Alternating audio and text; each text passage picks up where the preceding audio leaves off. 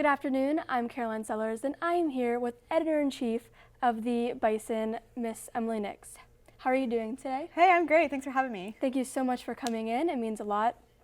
So when it comes to the Bison, what does the Bison have in store this week with it being homecoming weekend here at Harding? Oh, good question. So homecoming is a big weekend on campus for everyone, and it's no different for the Bison. So because there are so many alumni on campus and so many exciting things happening, it's one of our most heavily read issues. And there's a lot going on, a lot to cover. So because of that, we actually have an extended edition. It's our first one of the year.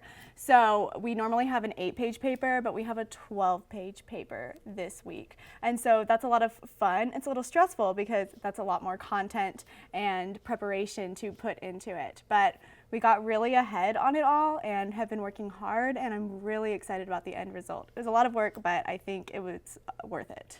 That is very, very exciting. Well, what can Harding students look forward to? What's going to be in the newspaper this week? So we have some normal news content and everything, but then of course a lot of our content is homecoming related. So we've got a really great story on the making of Matilda, which of course is the homecoming musical. And so we talked to a lot of people involved in a lot of different areas with the show. So everything from how are they portraying these young children to how are they making the set design practical for our space and for our resources we have, and everything that goes in the middle of that. We also have a really great tribute to Dr. Gaines, and specifically the impact he had on Harding athletics, because it's 60 years since Dr. Gaines reinstated Bison football and athletics this year. So we are paying homage to him and to all the great work he's done and the great impact he had on Harding athletics.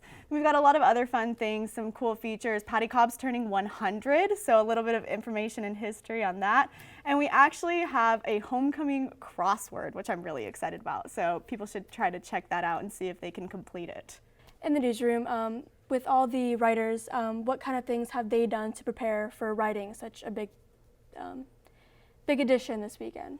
Sure. So we all had our normal responsibilities, of course, for our separate sections and our roles. But then with those 4 extra pages, we all just kind of stepped in. And luckily, I have such a great staff. I'm rarely delegating specifically to people outside of their will. It's more of asking for volunteers. Hey, who can take charge on writing this story, or reaching out to these sources? Who's willing to lay out this extra page? And we've got such a great staff. They're willing to step in. So it was a late night last night with our deadline. It went a little bit longer than normal, but everyone was pitching in and it went really well.